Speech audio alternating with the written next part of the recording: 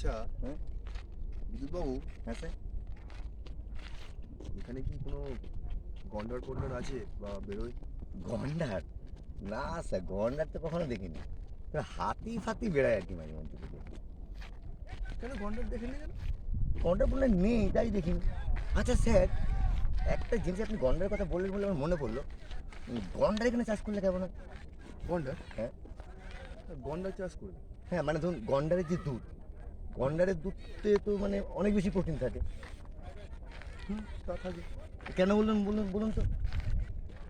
কেন?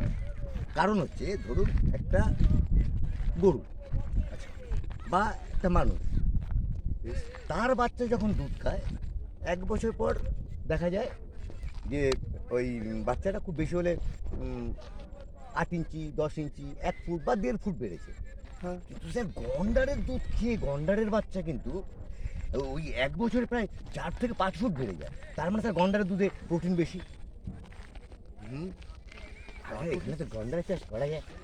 আরে সাবাস, তাহলে আপনি গন্ডার চাষ করবেন ভাবছেন? ভাবছি স্যার, তাহলে দুধের ব্যবসাটা করতে পারবো। আচ্ছা, ভালো, খুব ভালো। চেষ্টা করুন। স্যার একটু আপনাকে হেল্প করতে হবে। আহ, আমার আবার হেল্প কিসের? মানে ওই এখানে বন বিভাগের তরফ থেকে যদি কেউ বলে যে না এটা করা যাবে না। আরে বাবু, আপনি চাপ নেবেন না এইসব নিয়ে, এগুলো আমার Thank you, বাঁ হাতের sir. খেলা। এই জন্য আপনার খুব ভালো। হ্যাঁ, চলুন স্যার, আপনারা দেখিয়ে দিচ্ছেন।